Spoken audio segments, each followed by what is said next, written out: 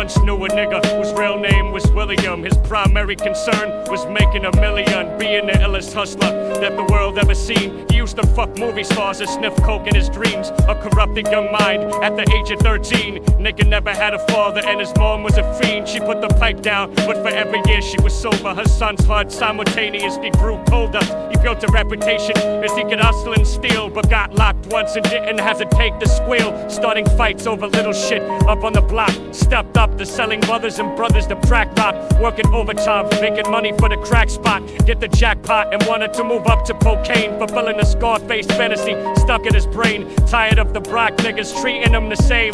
He wanted to be major like the cutthroats and the thugs. But when he tried to step to him, niggas showed him no love. They told him any motherfucking coward can sell drugs. Any bitch nigga with a gun can bust slugs. Any nigga with a red shirt can front like a blood. Even Puffy smoked a motherfucker up in the club. But only a real thug could stab someone till they died. Standing in front of them, staring straight into their eyes, Billy realized that these men were well guarded, and they wanted to test him before business started. Suggested raping a bitch to prove he was cold-hearted. So now he had a choice between going back to his life or making money with made men. Up in the sight, his dreams about cars and ice made him agree a hardcore nigga is all he ever wanted to be. And so he met them Friday night at 2:45. I'm falling and I can't turn back. I'm falling and I can't turn back. They drove around the project slow while it was raining, smoking blunts, drinking and joking for entertainment, until they saw a woman on the street walking alone, 3 in the morning, coming back from work on her way home. And so they quietly got out the car and followed her. Walking through the projects, the darkness swallowed her. They wrapped a shirt around her head and knocked her onto the floor. This is it, kid, now you got your chance to be raw. So Billy yoked her up and grabbed the chick by the hair and dragged her into a lobby that had nobody there. She struggled hard, but they forced her to go up the stairs. They got to the roof and then held her down on the ground, screaming, "Shut the fuck up and stop moving around." The shirt covered her face, but she screamed and clawed. So Billy stomped on the bitch till he broke in her jaw. Them dirty bastards knew exactly what they were doing. They kicked her until they cracked her ribs and she stopped moving, blood leaking through the cloth. She cried silently, and then they all proceeded to rape her violently. Billy was made to go first, but each of them took a turn, ripping her up and choking her until her throat burned. A broken jaw mumbled for God, but they weren't concerned when they were done and she was lying bloody, broken and bruised. One of them niggas pulled out a brand new 22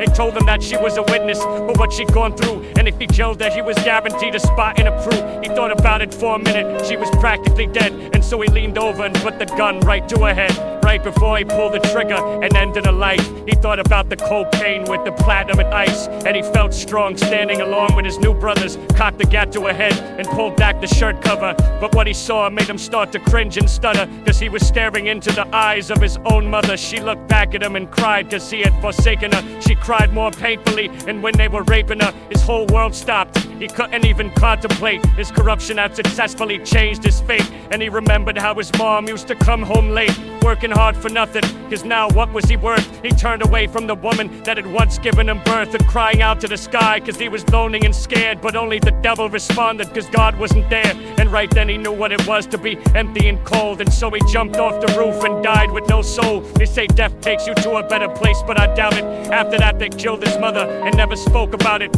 And listen, cause the story that I'm telling is true, cause I was there with Billy Jacobs and I raped his mom too. And now the devil follows me everywhere that I go. In fact, I'm sure he's standing among one of you at my shows. In every street cipher listening to little thuds flow. He could be standing right next to you and you wouldn't know. There's no diversity because we're burning in the melting pot. So when the devil wants to dance at you, you better say never, because a dance with the devil might last you forever.